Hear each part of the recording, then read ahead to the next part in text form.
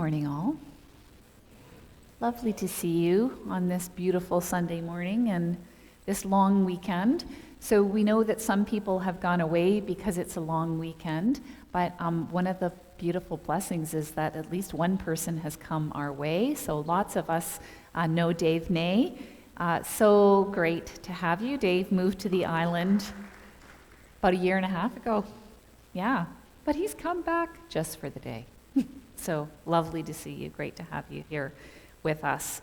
We're getting closer to, that time of the year when there's a lot more announcements. So because there's a lot more things going on, and how exciting that there actually are things that are going on. So we'll beginning to move towards the season of Advent and Christmas. And one of the things that I want to highlight, I think it's on the next slide maybe, is the turkey lunch. Is it up there?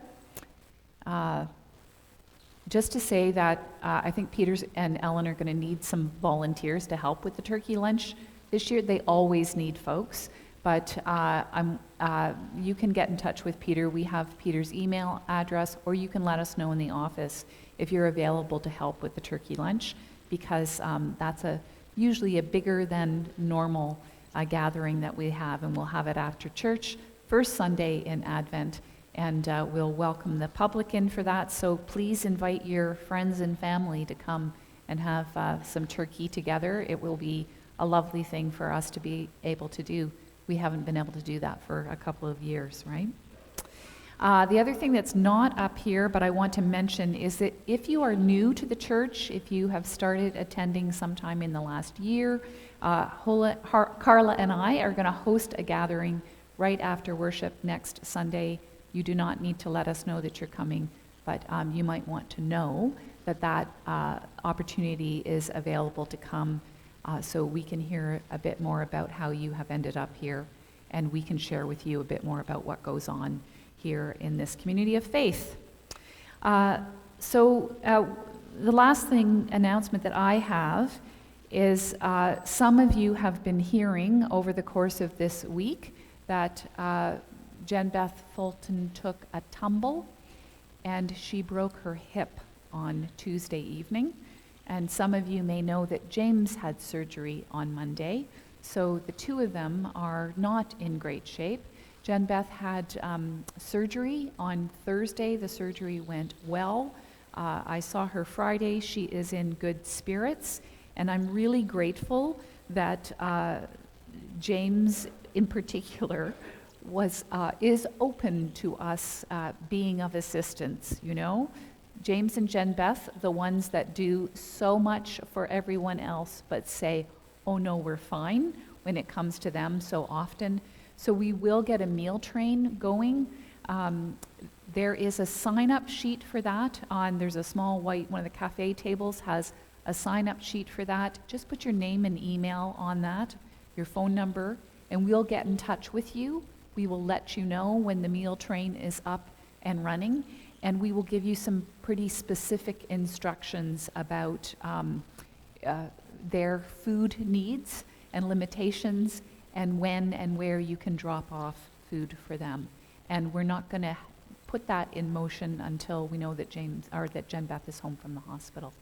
The other thing that's on that table is an absolutely beautiful card that Carol Pettigrew whipped up for Jen Beth so that we could write notes to her. She's the person who writes notes to all of us when we are in need. They more often than not come from Jen Beth on behalf of the caring team. So I just thought it would be good for us to have something a little bit bigger to write some notes of encouragement and love for her on, and for James as well. It's out on the table beside where you can sign up for the meal train. Is there anything else I need to be sure? I will mention that. I was going to mention that next week, but I will mention it today. There'll be a service to celebrate the life of our beloved Brian Ralph here at the church on November the 22nd. That's a Tuesday at 2 p.m. in the afternoon. And I know that Barb will be very blessed and happy to see any of us who are able to come together to gather to celebrate Brian's life. And I'm assuming if you have read the e-news or you were here last week, you will have heard that Brian died peacefully on Friday, November the 4th. Yeah, with Barb and his daughter at his side. Yeah, and we're continuing to hold you in our thoughts and prayers, Barb, and your family. Okay, thanks, Catherine. Okay.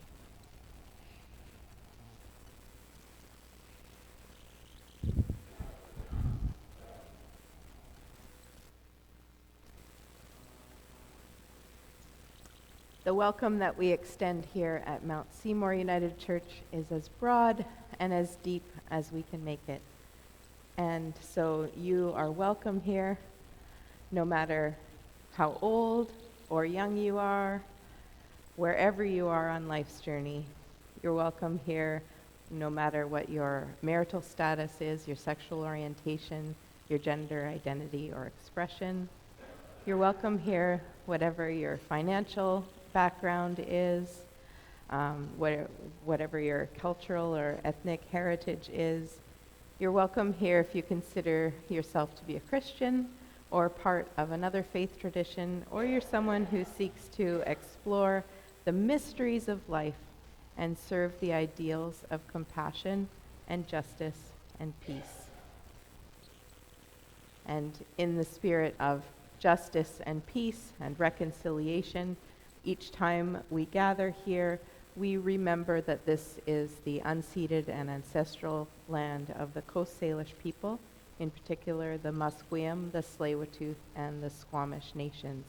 And when we gather, we pray that God will guide us in ways of reconciliation with Indigenous neighbors, and that we will be led to better relationship with Indigenous neighbors. Amen.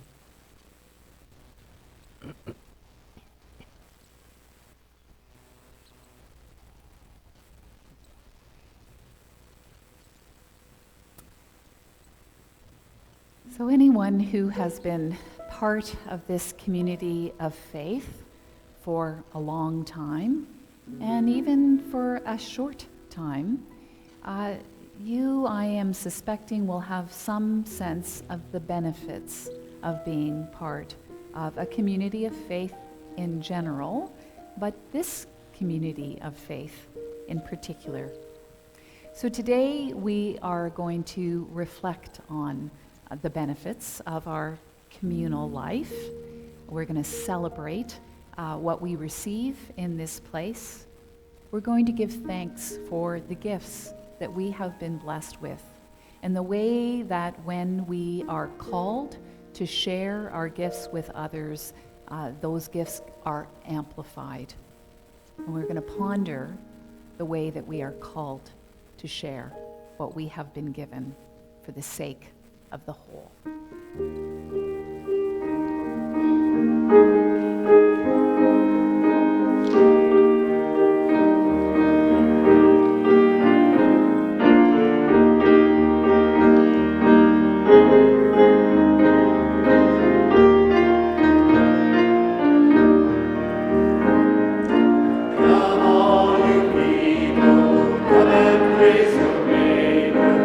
Come on, you people, come and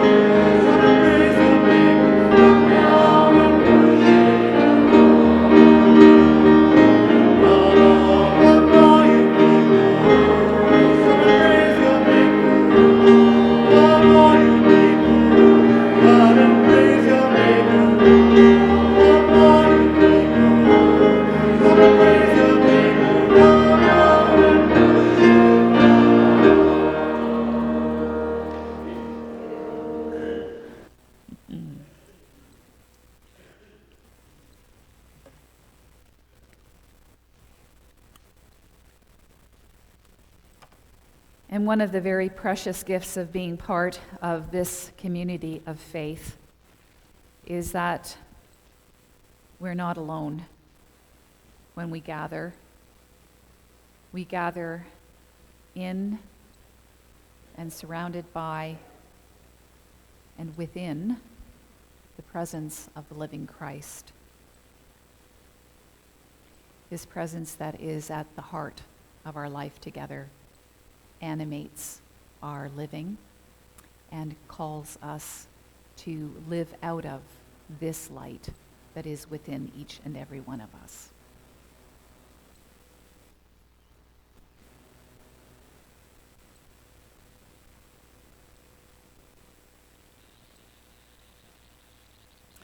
Let's be together in prayer. Generous God, giver of every good gift, we come together today to express our gratitude for health and strength, family and friends, for our homes, for this community of faith, for your life-giving presence, your abiding presence. We give our thanks. We're grateful for your love, which knows no bounds, and for empowering us to share that love with others. Open us to your presence with us today, that we might know your ways more deeply and spread your hope and your peace more fully. Amen.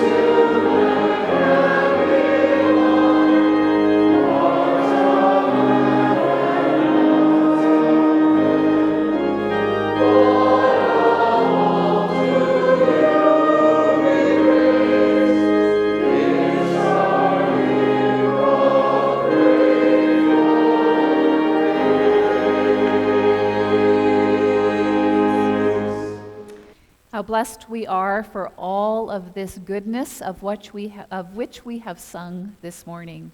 And how blessed are we to be held in a community where the grace, the unconditional love, the transforming power of the peace of Christ is at the heart of our community. And so I invite you now to turn to those around you and walk a little bit. No hugging, no touching, please. Little bow. Peace of Christ be with you. You can hug those you live with. How's that? If you wish. The peace of Christ be with you.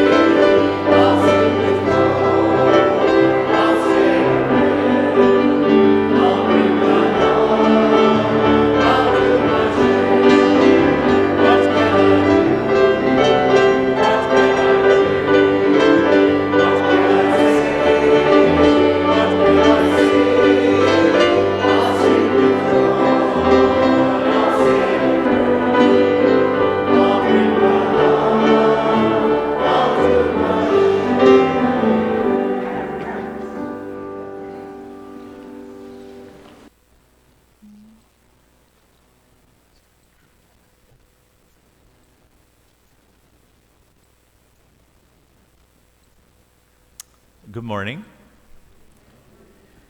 Whether you take what is written in the Bible as fact, metaphor, myth, or story, listen to these words for the meaning they have for you on this day.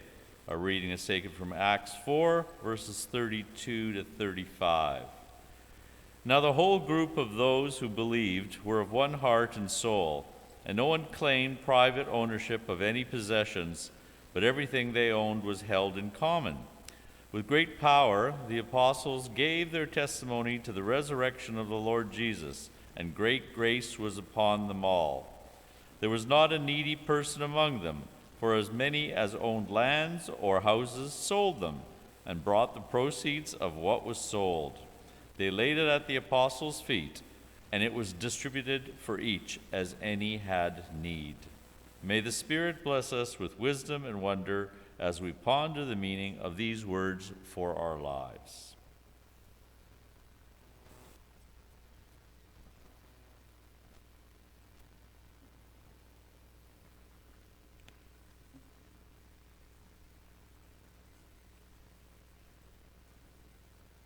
No, we are not going to have suddenly an auction to sell off your houses this morning.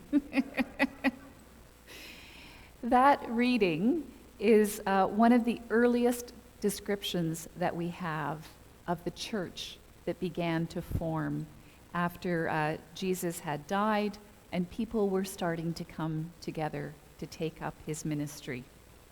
And one of the best comments I think I've ever heard about this reading is that this utopian vision of the church, in which everyone is of one heart and soul, and no one is claiming private ownership of any possessions, instead holding everything in common.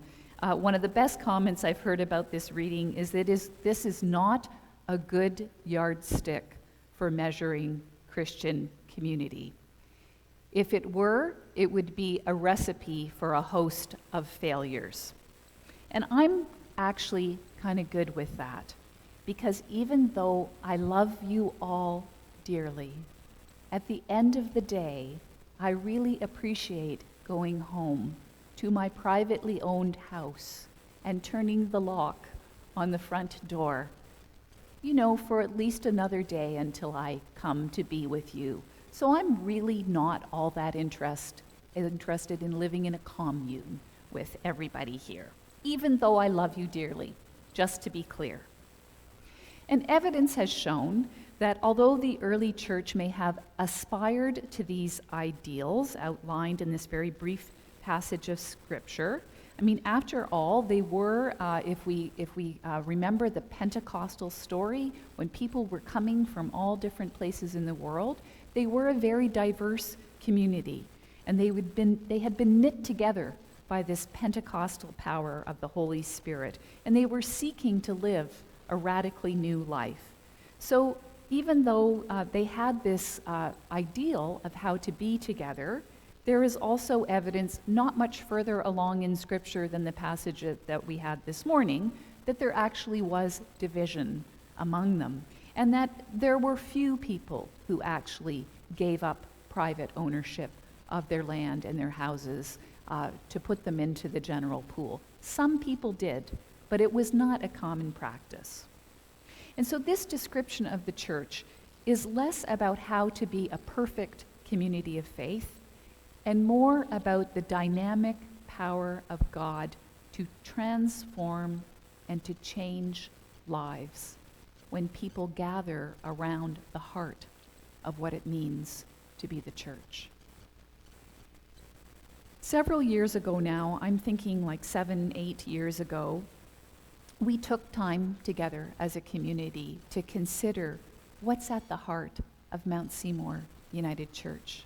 And we tried to come up with some words that would describe what we're all about. And we ended up with 3 phrases that we felt summed up our life together: being community, spirit nurturing, and living generously. And we felt so confident that this was what we were meant to be about, that we put those words on the outside of our building so that we would remember those words. I didn't test you to see if you knew what they all were. Just go out and look at the front of the building in case you forget. Now notice that I use the word meant quite intentionally. These words describe what we are meant to be about. And I said that intentionally because even though we are meant to be about these things, the truth is that we don't actually always live up to these ideals. And that's because inherent in any community is the reality that any human community, right, that we're always going to be falling short on some level of these ideals. We probably all have people in our lives about whom we would say, that person is just so Christ-like in the way they live their life. And we say that sometimes about people who we know have barely, if ever, darkened the door of the church or any community of faith. Do you know people like that you look at and you say, these people are so Christ-like? Well, I maintain that the reason that these folks are able to be more grounded and Christ-like than I am is because they've never actually lived in Christian community, right? So they've never had to sit through a Bible study where someone whose theological perspective is completely opposite to the theological perspective that you have. They've never had to pass the peace on Sunday morning with somebody with whom they've just had a disagreement or somebody that they don't even really like very much, right? They've never shared a potluck meal and sat next to somebody that they would never have sat next to for a meal if it hadn't been that they were part of a community of faith. They've never adjourned a meeting where their ideas were completely ignored by everyone else at the meeting, and yet they chose to carry on and to continue to be part of the community because they had some sense that they were part of something bigger than their individual ideas. And they all acknowledge that. Being Christian community, and I think probably being part of any faith community for that matter, is possibly one of the hardest kinds of communities to be part of because it demands so much of us. It asks us to be gracious with each other. It asks us to be self-giving, to model the self-giving love of Christ. It asks us to care for one another, even when we have trouble being in relationship with each other. And it calls us to model and to lean into this idealized way of being in the world. It summons us to allow that experience to shape and form who we are, even though we fall short of being of one heart and soul, or of sharing what we have in common over and over again. Because one of the hallmarks of a Christian community is forgiveness and grace. If you were to ask yourself what you value most about being part of this community of faith, even if this is the first time you've ever been part of this community of faith, I'm wondering what you would say about how this community has shaped and formed you, or how you have been changed or transformed because you have been part of this place and its people and what this place is all about. I wonder what you would say. I wonder if some of us might talk about the way that our hearts get touched when we join together singing. Remember how hard that was for lots of us when we couldn't join together and sing? How the music sometimes transports us. I wonder if we might speak of how often we have heard the exact words of comfort or the exact words of challenge that we needed to hear from a piece of scripture or a sermon or someone we chatted with at coffee hour after church.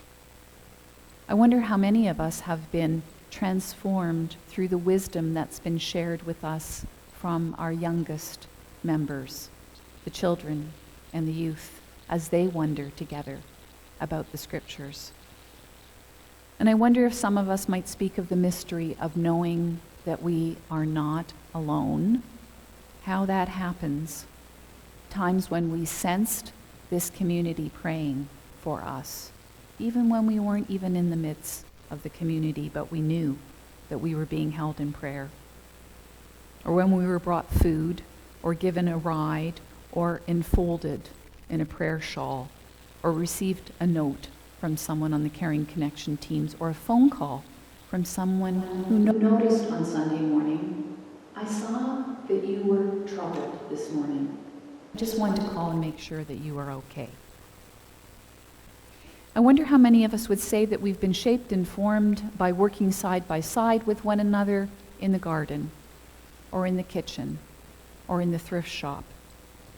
Or we've been shaped and formed by rubbing shoulders together, listening to each other as we read a book together and discuss it, or as we're part of the Meeting the Beloved group or the Pilgrim's Path group. Perhaps we would talk about the way that someone's witness to their own faith deepened us. And I wonder if those of us who have served on council over the years might talk about the times when we came to an agreement with each other and we really wondered if we would come to an agreement or a wise decision, and then suddenly we did, and we're all looking at each other and wondering, how did that possibly happen? If I were to talk about how I've been shaped and formed by this community, and there's lots of ways that that is true, I would definitely have something to say about generosity. We may not hold all of our possessions in common, but I have watched people reach into their pockets over and over again and given for the sake of the good of the church or for the needs of the world in ways that have humbled me over and over and over again in this community. I've witnessed people who have deep pockets, dig down deep and give generously. And I've watched people who don't actually have very deep pockets reach down deep in those pockets and give what they had, give sacrificially as an act of faith or a gesture of gratitude or a response to a tangible need. I've watched people share their time when they didn't have time to give it, and they pulled it out of somewhere and gave it anyway. And I've heard about cookies and muffins delivered to people's homes. I've received cookies and muffins and soups and meals myself. These tangible things received as if they were more valuable than gold, because they are. Because they are. And all of this wants me to be more gracious or more generous with what I have to offer. I want to reflect the generosity that I see others sharing. You know, I cannot help but be aware, as I mentioned earlier, James and Jen Beth, people who do countless things for others, and as people have begun to hear the news that they are in need over and over again, what can I do? Can I make a meal? Just let me know, because we want to reflect back to them what we've received from them, right? I wonder how you've been shaped and formed, changed and transformed because you've been a part of this community of faith. As I was reflecting on today's reading earlier this week, something that really jumped out at me was the part of that reading that speaks about the testimony to the resurrection of Jesus. It made me think that if anything has held us together these last few years, even when we were physically apart, and if there is anything that will continue to hold us together, surely it is because at our core we are an Easter people. We are people who actually believe in the power of hope to overcome despair. We are actually people who believe in the capacity of life to triumph over death, because we have experienced that power in and through our life together. We've witnessed it together, even in our imperfections. And the thing is that when I can't believe in that power because I'm feeling down in my own doubt and despair, or you can't believe because death has come too close to you, the beauty of being part of a community of faith is that someone else's faith will carry you until yours has risen up again. We ride on the wings of each other's faith and belief until we can take our turn at being a bearer of the good news again. And when a community of faith has that kind of belief, that kind of power at the heart of it, tangible evidence of that belief is seen and known. We can actually talk to each other about the ways we've watched that power made manifest in our midst.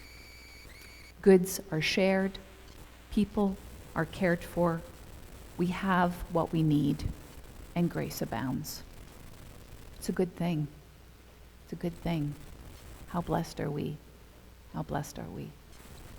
Amen.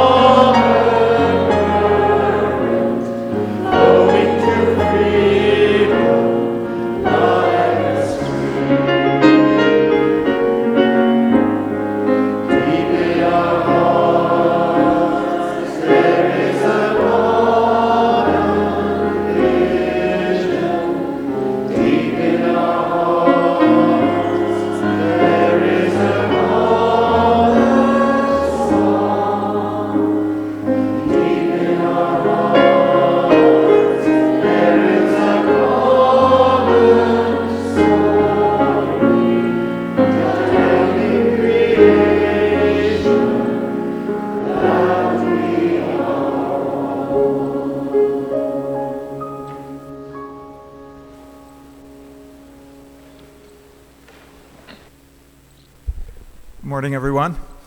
I should have asked Nancy to call that hymn "Deep in Our Wallets" there as it comes, but we'll go with "Deep in Our Hearts." It reflects the same purpose. But I'm here to give you a financial report. November's a good time to do that because it's before we get into the craziness of Christmas, and we want a little bit of a vibe check back from you as to how we should plan for next year. So I'm going to give you an update as to where we are now, and a little bit of a battle plan going forward as to how we might be able to keep this place going. So with help of the slides, you can keep your eye up there. I'll be working off those. And you can push one more along there. So this is way too small, but in essence, I'm just reminding you of what our budget was last year. And our hope was that we would bring in about $442,000 on the inflows. And then if you could go to the next slide. Then our expectation is that we would have about 564 flowing out.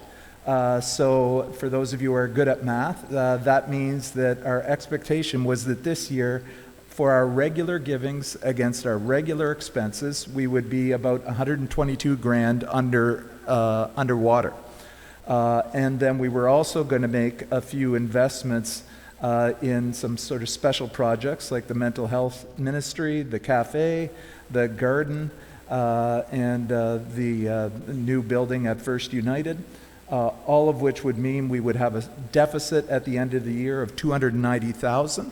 That sounds horrible, but we knew what we were doing. We knew we had the money to do it because of the benefit of the Kerr estate. And the plan for this year, which we knew was going to be an ugly year, was essentially to draw down on our savings from the Kerr estate and use that to fill the hole. But our long-term challenge, which I'm going to talk to you more about, is that $122,000, that our regular income versus our regular expenses were about 122 underwater. And how can we deal with that on a going forward basis? So we could flip along. So here's a little outlook as to 2023, how things might look. Just a little report on how we've done against our budget. First of all, I'm not going to give you all the details because basically we're right on budget. So the good news is we're really good at budgeting. The bad news is it was an ugly budget. But the good news is we called it right. We're essentially right where we expected to be at this point. So you can flip along. So going forward, the challenge for us is how do we sort of get off our dependence on the Kerr estate to fill our hole and just be able to leave the Kerr estate for what we intended to use it for, which are special projects, growth projects, keeping this place moving forward into the future. And so to get off our dependence on the Kerr estate, what we need to do, we need to obviously either increase our revenue by $120,000 or decrease our expenses by $120,000 or some combination of the two. So that's our challenge. That's the challenge that Council has taken a look at over the last several weeks. And we've got a plan, and we want to sort of introduce that plan to you as to how we can keep the place going. So we could flip along. Just to give you a sense for how we got there, because you may be saying to yourself, what are you guys doing, spending $120,000 more than you've got income coming in? How we got here is obviously we got whacked with COVID, and the good news is we're still here when a lot of other churches aren't, but that was tough for us over that period. We had some help from the government in terms of giving us some grants, but those grants have come to an end. So we're on our own now. So that's COVID is challenge number one. Challenge number two was during that COVID period, we lost some of our major donors over that time, either from moving away or from passing away. So basically what we've got here left is about 80 to 90 regular giving families. But the challenge we've got is that about 70 of those 90 only give between $100 and $2,500 a year. So that's a bit of a challenge for us. So if we just did the math, if we had to just spread that $120,000 shortfall over the 90 families that we've got, that will require each family to come up with another $1,300 a year. So that we felt was a bit of a stretch. That was going to be difficult. So that's part of the challenge we have, is on the regular giving side. Then if we can flip along. The other challenges we've had recently is that obviously our rentals have been down, given that the preschool has left the building. And that old space that we used to rent out not only to the preschool but to other groups has been converted into thrift shop space. So our rental income is down because of that.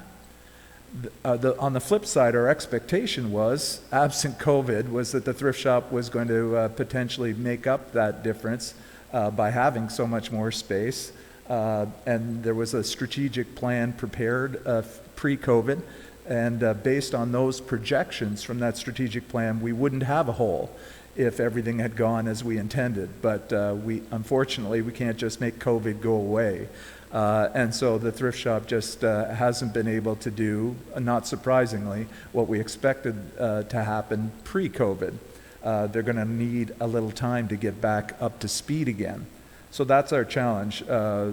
Tough on the giving side, tough on the rentals, and tough on the thrift shop. So it's sort of been a perfect storm. But again, we're still here. A lot of other churches aren't.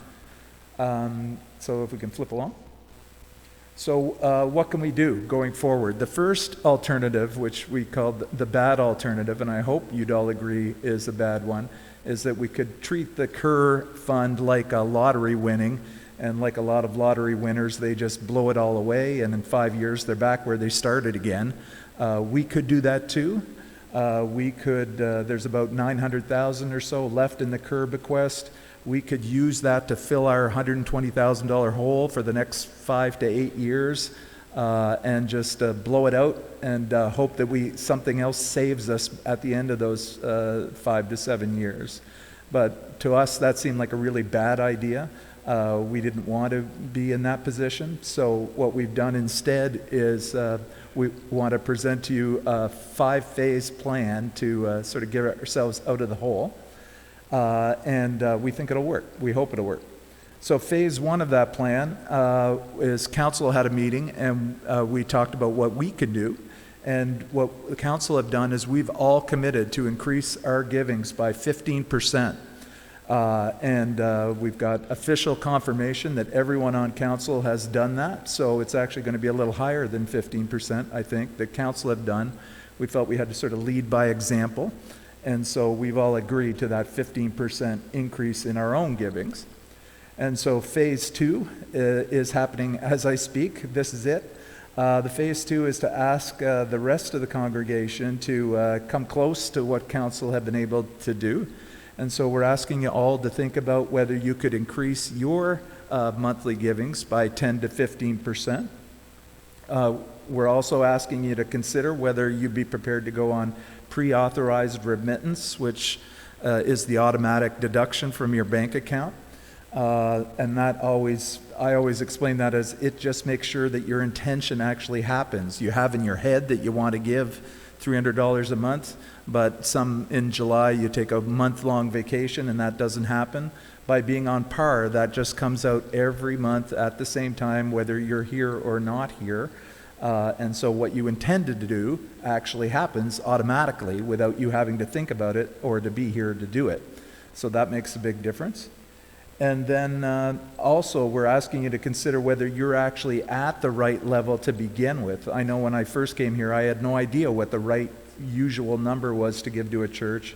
And it was only when I got on council that I sort of saw the math and saw what the sort of expectation was or what the needs were. So if we go to the next slide, we'll be able to show you a little bit about that.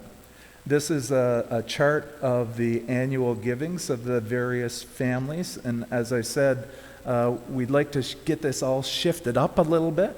And just to walk through how this chart works. So there's 14 families that give between $100 and $200 a year. And then it marches its way up to the point where there's only, we have 6 that give more than $5,000 a year. So wherever you are on this ladder, now you kind of sort of see the ladder, and it'll be in a handout that you'll get at the end of the service. But as well as the 15%, you might sit back and think, oh, am I really in the right place on this ladder, or should I be making a step up the ladder? That would obviously be hugely helpful as well. So again, the ask is, are you on the right level on the ladder? And even if you are on the right level on the ladder, would you be prepared to increase by 10 to 15% for next year to try and fill that $120,000 hole? We can move along to the next slide. As always, you got to remember the tax benefits. Whatever increase you make, the government actually pitches in part of that because you get a tax deduction for your givings, which is great. PAR obviously makes sure that what you intend to happen actually happens. And you'll be hearing more about this next week from Meg, but long term, and she'll be telling you more about this, consider whether you'd be willing to add the church to your will so that you could be the Kerr estate savior somewhere down the line as well. That would be immensely helpful. And we can go to the next slide. So those are the first two phases. Phase 1, council. Phase 2, you guys. Phase 3, we want to try and increase our other sources of income. So in terms of the thrift shop, we're hopeful that someday they'll be able to achieve what was in that strategic report. But the reality is, after discussing it with the thrift shop, their sense was they probably needed one more year to sort of get back up to regular operating procedures again. And so we're not going to push too hard on them for 2023, but the hope is that maybe by 2024 they'd be able to go back to that strategic report and see if they might be able to implement some of the recommendations in that report to get to where the person who drafted this study thought they could conceivably get to. That's more of a someday, but probably not for 2023, but maybe things will pick up in the thrift shop in 2023, but we won't be riding that particularly aggressively. We're hoping the rentals will pick up a little bit in 2023, and there might be a little bit of money that comes in from the coffee shop, but that's really only expected to be a break-even operation for its early years. So again, not a ton of money expected, but we are going to sort of do all we can from our other sources as well. And then phase 4 is sort of the reality of our situation for next year, is that we'll probably have to use the Kerr bequest for one more year. Hopefully it's the last year that we have to tap into our savings for regular budget stuff. But the reality is, even if we did all increase by 15%, that would only get us 20,000 of the 120,000 we need. So there's still going to be a $100,000 shortfall, we expect. Maybe you'll surprise me, and that'll be great. But the reality is we probably need to draw down on our savings for at least one more year. But then 2024 will be where the rubber sort of hits the road for us. We probably have to get back on a situation where we're paying our regular bills out of our regular income, or we need to cut expenses, and that's why I've called it sort of the dreaded phase 5, that we don't really want to get there. We'd like to be able to just increase our revenue to fill the hole, but if all else fails, in 2024, we'll have no option but to look at cutting expenses. And we'll be thinking about those over the course of 2023, but that's a last-ditch effort if all else fails. We're going to try and increase our givings to fill the hole, and only if that fails will we look at cutting major expenses. So that's kind of the 5-phase plan. Next slide there.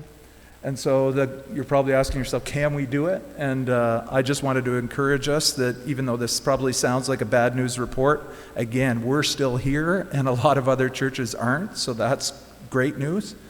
And in terms of history, I know again and again since I've been here over the last 20 years, we looked like we were in a crisis situation, and we've had people step up time and time again. It started with a $30,000 fundraising campaign to fix the roof. We've had $20,000 campaigns to paint the building. We had a $250,000 capital campaign about 15 years ago. We had a $500,000 campaign about 10 years ago. Every time we've been able to achieve our goals. So I just know from that history that this congregation has done it before, and I know you'll do it again. So I'm not feeling depressed or upset in any way. You need to know what our challenge is, but I just know that we'll make it because we've made it time and time again. So there's your report. There's your challenge. There'll be sheets that will be given to you on your way out that'll have all of this detail in it again, but it'll also tell you who to call or who to email to get your 15% increase put in place, or that you can get put on par. That detail will all be in that report, but again, don't worry, it's going to be okay, but we just all have to do our part and dig deep a little bit, but it's going to be fine. Have I been encouraging enough? Okay, good. All right, thank you.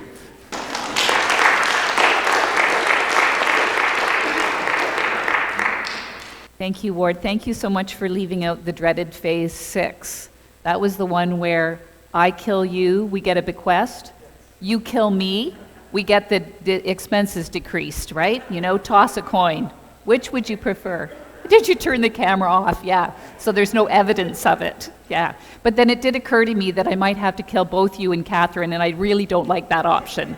So, you know, I will be the sacrificial lamb if need be.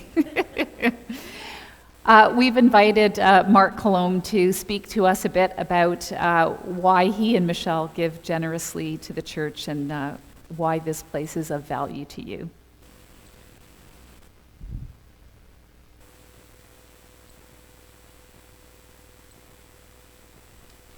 Hi, everyone. Don't worry, this is my shopping list. So I'm just looking at the term being a witness of generosity. I feel like I've just witnessed generosity, the generosity of service and everything that you're doing to support the church and have done for so long, Ward. Thank you very much. It really means a lot to have someone that has so much skill and experience and ability that's minding the store with us, because we need to have our money where our hearts are. So just deep gratitude. Michelle, who couldn't be here today, my wife Michelle, is sick. She's fighting a bug. She's going to Mexico to visit her sister tomorrow for a couple of weeks, and so she wishes she could be here. So I'll be speaking on both of our behalfs. At Mount Seymour, we started coming about 2010, was I think around this time in 2010. And we have stayed, and we've stayed for two reasons. We've stayed for the growth that we have experienced here, and we have stayed for the good that we have experienced here. When I think about growth, I think about the term, the ethos of this place, the theology of this place. So the ethos being just how we roll, right? How we are as a people, and theology around how we hold our faith. What are the languages of our faith? And what happens for us, as my wife and I, we call ourselves recovering Roman Catholics, we experienced a completely different way of thinking about faith, a very personal relationship with our faith. The fact that we were invited not to repeat dogma and beliefs, but to actually inquire within and explore, and do that exploration with our minister, who would challenge us on some of our kind of archaic thinking around what God was and what it meant to be a person of faith in this world, but also a chance to do that in community. We did that through some of the programs and hearing stories that we all shared over the years that we've been together. It feels like a delight for us to be part of a 2,000-year-long tradition. Some people talk about Christianity as a 2,000-year sentence, right? And each of us is contributing a letter. Each of us is contributing maybe a piece of punctuation into that, and we're all enlivening that. That has felt really meaningful to us. And again, to do that in a personal way that has meaning for us. The programs of this church have kept us engaged in really meaningful and personal ways. Nancy mentioned a few of them: Meeting the Beloved, the Pilgrim's Path, the meditation we've enjoyed previous to that. We had kind of a home church things. We used to do these life groups, which was really rich for us. We felt like we were formed at the beginning of when we came in through a program called Living the Questions. We would reflect together. It was like a Bible study, but better. And it wasn't all Bible-y. There was a way that you could kind of talk about what was happening and listen to theologians and talk to each other about what things. And so the text seemed to come alive. They weren't just dry little readings. It was like, oh my God, like when, Jonah is talking about, being swallowed up in the whale. It's like, I feel like Jonah. I feel like Jonah. It makes sense, right? And so that has been a kind of compass heading for us, and it's made the scripture seem like it's got relevance in our daily lives. We've been so grateful in terms of the growth. The growth is supported, enabled, and fueled by the staff here. We've got an incomparable staff team standing at the ready. I continue to be profoundly grateful and moved by the caliber of leadership that we are enjoying at this church. And that's, yeah.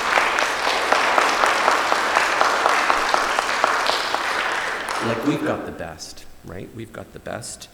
The impact that we have seen here on the wider church, where this place is a kind of incubator for people moving into ministry. Like, we've seen that. We've actually, Carla is one fruit of that intention, a candidate through ministry, and ended up, working here with us. And there's been so many that have gone. I think we're into double digits of candidates that have moved through.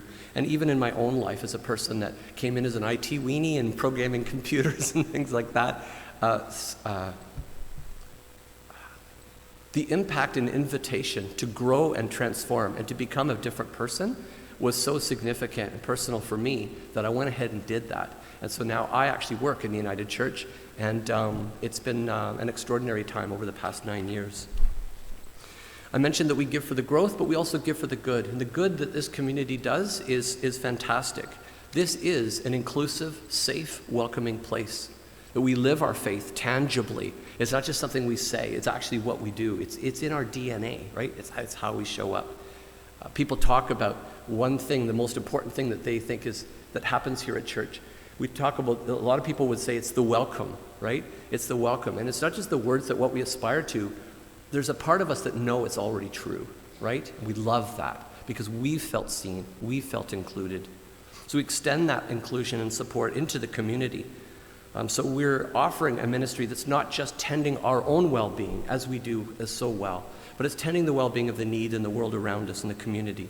So this is a place where people come, even if they don't come on Sunday morning, they come when there's life changes, if there's been a death, if there's been a loss, some important transition in their lives. For weddings, right? People come, they want to baptize their kids here. This is part of a social function and a community function, an important one that we perform here in this area. It's also a means by which the community is able to exchange things it's not needing anymore and do good through the thrift shop, right? So enabling a flow through in the economy that's a tangible benefit that helps others. We give significantly to First United, and it feels really good in our family to know that we're making an impact somehow in our way in the downtown east side, where the need is so great there. So just in summary, it feels to us, Michelle and I, that this is a place where our faith is practiced, it's lived, it means something. We've been transformed in terms of our families' lives. Our kids have grown up in this capacity to the point that they're teenagers, which is why they're no longer here, which is, we see that a lot. But I will say that one of our daughters right now is in Naramata, and she's at a holy listening retreat and has been working in the church. It's just a wider church in Camp Spirit for the last 2 years and plans to continue doing that. It's exciting to be known and to be able to give back. For us, what we want to do is we want to maintain our support in any way we can. Michelle and I have had the conversations, and we've committed to upping our givings by 10% for the coming year. We have been on par. As long as I think we found out about it, we thought, oh my God, what a great idea. We can just essentially hook it up to our bank account, and we know that this is a way that we can give on a regular basis that will survive our poor memories. It was really good for us to know, too, through COVID, that the donations were continuing to be made, and we knew that that was something that the church could count on, and we felt really, really good about that. We personally don't spread a lot of our money through different charities. We tend to concentrate our givings in the United Church. It seems to us that for places, and that's not to say anything bad about, the United Way and all of the fantastic charities that are out there. It's just that in terms of the law of numbers, there are so many people that aren't coming to church that are already giving to those. There's much, much, much fewer people that are coming to church. And so we really have to just depend on ourselves. And so for us, we've tended to trim and focus most of our givings into the church context so that it'll have the biggest impact. So our invitation is that you prayerfully consider doing the same.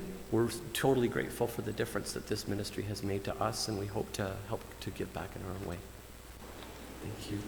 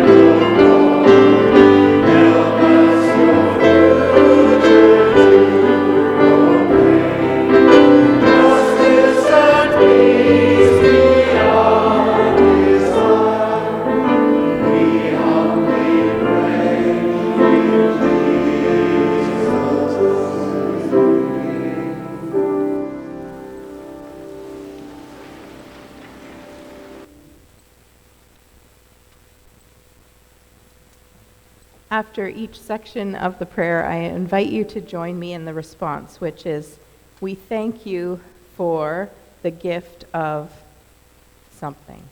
So I will, at the end of the paragraph, I will say, for example, for the gift of life. And then you will say, we thank you for the gift of life. You got it. Let's be together in the spirit of prayer. Creating God, we thank you for the gift that is life, for the changing seasons, for the tiny seeds that in your holy mystery become life-sustaining food, cleansed air, beauty to behold, and life itself. For the gift of life, we thank you for the gift of life. Loving God, we thank you for the gift of family, friends, and community, those who know us so well that they know when to hold our hand and when to let go. We thank you for those people who journey with us in our times of joy and especially in our times of sorrow. For the gift of love, we thank you for the gift of love. Compassionate God, we thank you for holding us in troubling times. We pray for those who are journeying through illness, awaiting medical diagnoses, those with life-threatening and degenerative diseases. We know that we do not journey alone, but that you are always with us. For the gift of compassion, We thank you for the gift of compassion.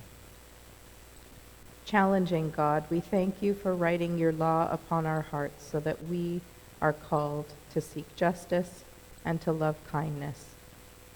Thank you for moving us to action and challenging us to be your hands and feet in a world so desperately in need of healing.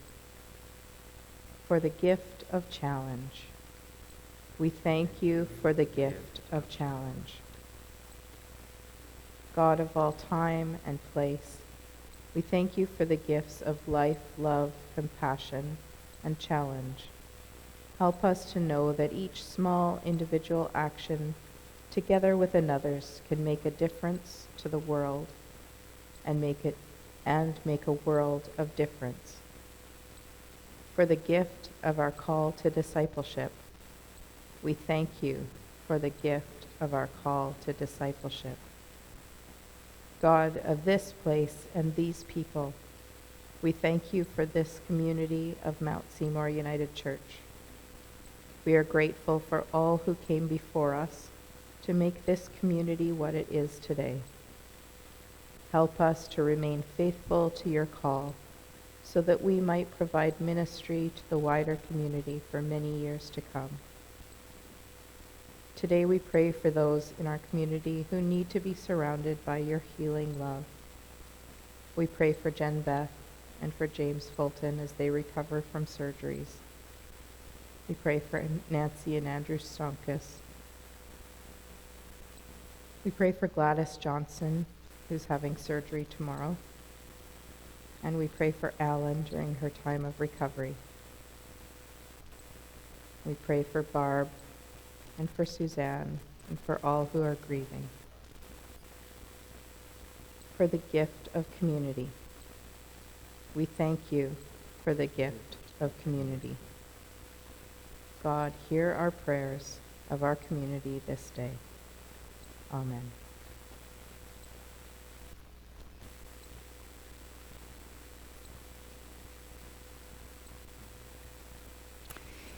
I just want to say in response to something that Mark said, that I feel fairly confident that I can speak on behalf of the staff and say to you that we feel like we have the best.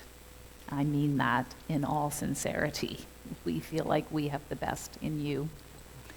I want to say a word of gratitude to everyone who has financially supported this church, especially over the last couple of years. It was humbling to watch people, some send in extra givings when we were in the depths of COVID, and on your behalf, the council had made a commitment to continue to maintain the staff at the level that we had. So much gratitude to all of you for your generous givings that you can continue to give to and for the life of this church. And I want to extend a particular word of gratitude to the person who keeps track of all of our givings and has done that for many, many years. Faye Butterfield is here today. I'm glad you're here today, Faye. I'm really hoping that you have more work to do. She's already had more work to do as the council has considered their own offerings. So by that I mean that Faye is the person that you need to inform if you are planning on increasing givings that you already give through pre-authorized remittance, or if you want to go on pre-authorized remittance. So she keeps track of all of that and gives us all, tries to keep track of us and give us all tax receipts when that time of the year comes. So we're so grateful for your service, Faye. It happens quietly behind the scenes. It's regular. In addition to what you do, I just want to acknowledge that you're the person that we entrust with that intimate information about our lives. And so we're grateful that you're a trustworthy and hardworking and committed person. Thank you. Thank you.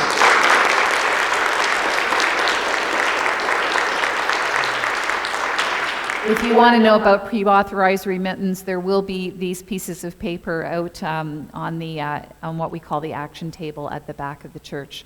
So I invite your offerings now for the life and work of this church. If you have already done that because you give to the church through PAR, and you won't be putting something on the plate this morning as the plates are passed around, I'm going to invite you just to touch them and have a heartfelt moment of gratitude for what it means to you to be part of this community of faith. I see Mark standing completely by himself at the back of the church. Lorraine is joining him. We need a few other people to get up. Thank you so much. That's how it works. And we will take up and receive your offerings now.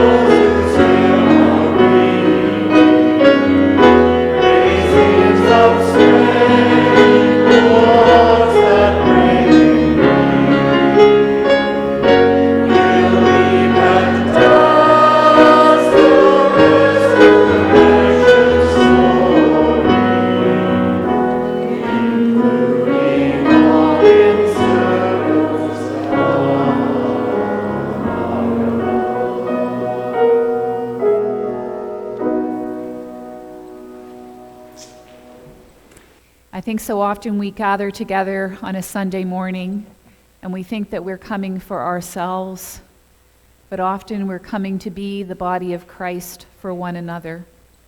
And ultimately we are coming so that we may be filled up with the love and grace and power that enables us to go out into the world and to be people who are generous and to be people who are gracious and loving and justice-seeking in a world that so desperately needs us to be that. So as we go this day, may we know that the love of God goes with us, that the risen Christ is always within and among us, and that the spirit of beauty and truth is always blowing at our backs. May this be so for us today and always. Amen.